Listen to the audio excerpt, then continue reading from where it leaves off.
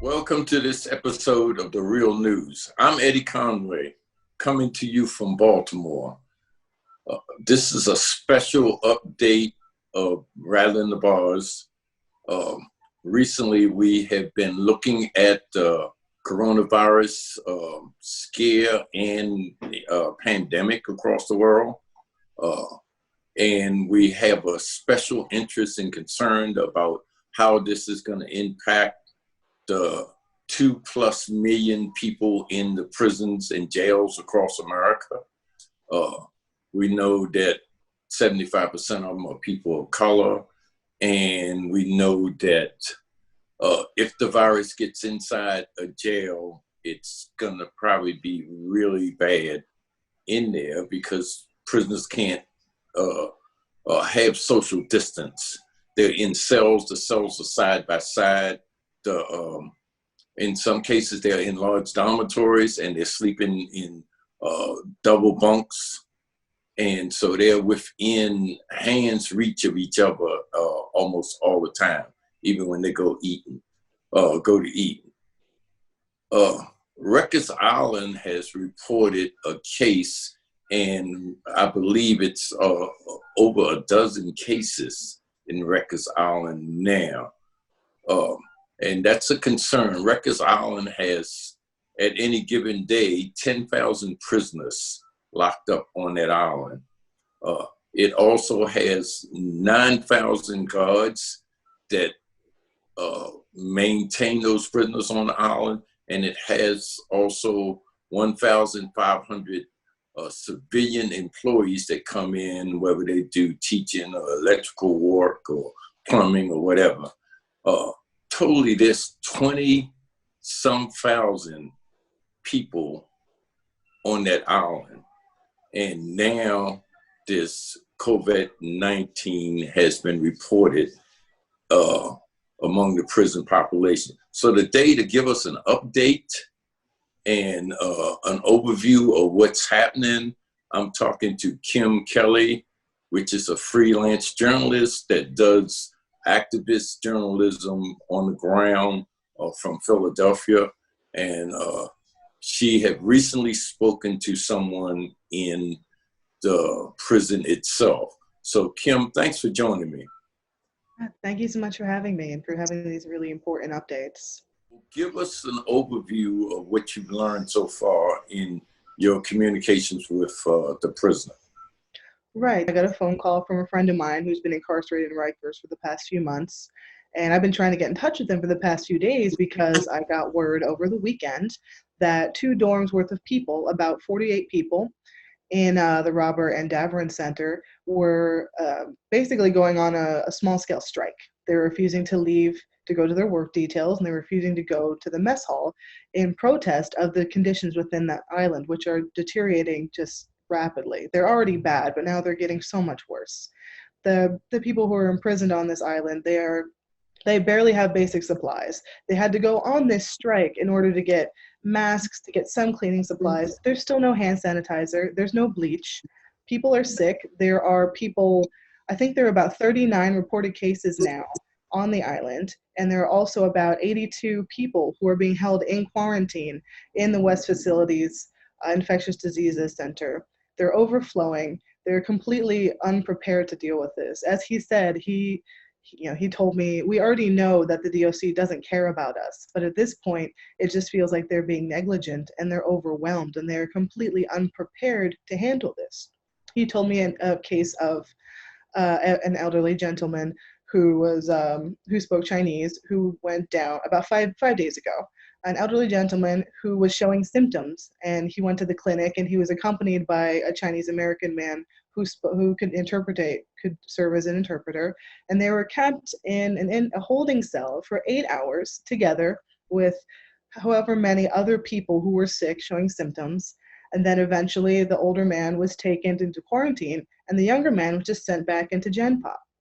My friend was telling me how COs are walking around without masks, without taking basic precautions. They're putting up these posters throughout the dorm saying, stay 6 feet away from each other, social distancing.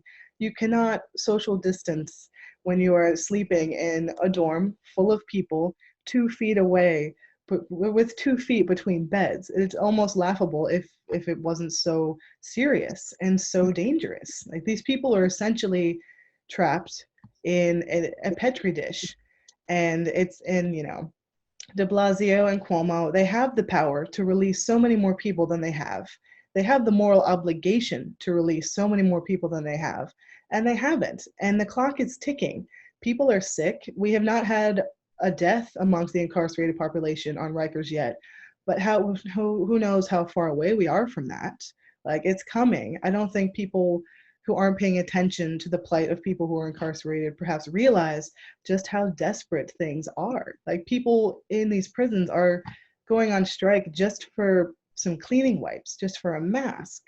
Like there are people who, oh, my friend also told me of an instance a few days ago in which 15 people were moved into his dorm, and they found out that some of them had been held in a different facility where they were tested for the virus, and then the DOC moved them into a different dorm without waiting for the test results.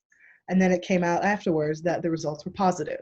So there was just so much cross contamination, there was so much spread happening, and it's really just a dire situation for everyone inside and also for people outside because there are thousands of people who work on the island who get to leave. There are people incarcerated there who are allowed to leave, who are released, and they're just going out into the general population, which, they deserve to be free. But there's just, it's a public health crisis waiting to happen in the midst of a pandemic. And keeping people locked up like this in these crowded cells, dirty conditions, it's just a crime. It's a crime against humanity is what it is. Of the people being held at Rikers Island right now, like over 8,000 people are being held as pre-trial custody. So they haven't been convicted of anything or sentenced to any kind of time. The other 15% is doing time, but at least 8,500 of those people that's trapped on that island right now hasn't been convicted of anything, being held in some cases without bail, but in other cases because they just couldn't afford to make bail. This seems to be something that the governor, not the governor, the mayor, because it's a New York City jail. So the mayor de Blasio has the power and the ability to release the aging, the infirmed, people with respiratory problems, etc. He has that power now, at the very least among the 8,500. What's being done to bring pressure to bear on him about this? Because it's a decision that him and his state's attorney can make.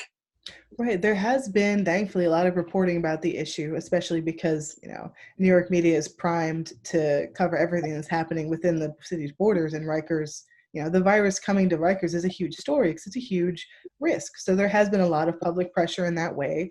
And de Blasio has committed, I think he's released 75 people so far, which is a drop in the bucket. I know that today they're supposedly going to be releasing another 200, and then supposedly on Wednesday, another 100 to 200 people potentially will be released as per the New York City Board of Corrections recommendations. Like this board has been pushing for them to let out as many people as possible because of the health risk. And I know that people, abolitionists and activists and friends and family of people who are inside have been pushing and having, there's a phone zap today being held by some radical organizers in New York to call in and to demand that these people be let free. Like, there's a lot of public pressure that it's possible to put pressure on these public officials, especially because in the midst of this pandemic, they are trying to seem like the good guys. They're trying to seem like they have things under control. But what they don't have under control is the fact that there is a ticking time bomb in the middle of one of the most vulnerable populations in the city. Okay, and I heard you say that they are striking for simple things like hand sanitizers, face masks, etc.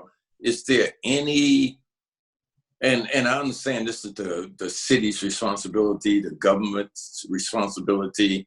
But is there any grassroots effort on the ground to get those kind of things and maybe ship them into the prison population?